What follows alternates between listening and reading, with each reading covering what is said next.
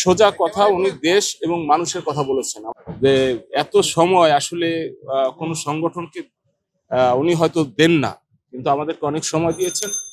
উনি অনেক কথা বলেছেন, দেশের কৃষি উন্নয়নের কথা বলেছেন, দেশ কিভাবে স্বাবলম্বী হতে পারবে সে কথা বলেছেন, ঢাকাকে কিভাবে সাজাবেন সে কথা বলেছেন, মানুষের কিভাবে উন্নয়ন হবে, পরিবারগুলো কিভাবে ভালো থাকবে।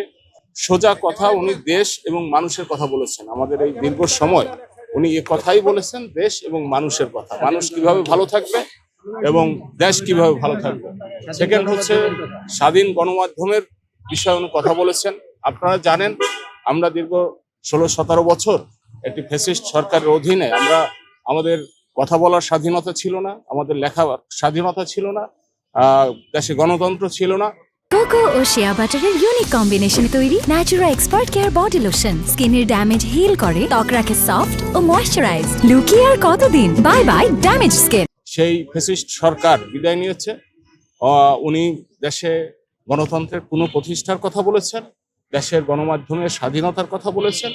এবং আমরা ঢাকা রিপোর্টার্স ইউনিটির পক্ষ থেকে যেহেতু এসেছিলাম, ঢাকা রিপোর্টার্স ইউনিটির এখানে যারা মেম্বার আছেন এবং আমাদের অবকাঠামোগত ভাবে কিভাবে কল্যাণ হয় সে কথাগুলো উনি বলেছেন আমাদের। না, যদি ওনারা সরকার গঠন করেন তাহলে সাংবাদিক নিপীড়নমূলক যে আইনগুলো রয়েছে অবশ্যই ওনারা ওগুলোর বিরুদ্ধে অবস্থান নেবেন। এবং এই যে সাংবাদিকদের নিপীড়নমূলক যে আইনগুলো ছিল, এগুলো তো ফ্যাসিস্ট সরকারের আমলে ছিল। আমরা কথা বলতে পারিনি, আমরা স্বাধীনভাবে লিখতে পারিনি, এবং সেই কারণেই তো আমাদের বিরুদ্ধে এই আইনগুলো করা হয়েছিল।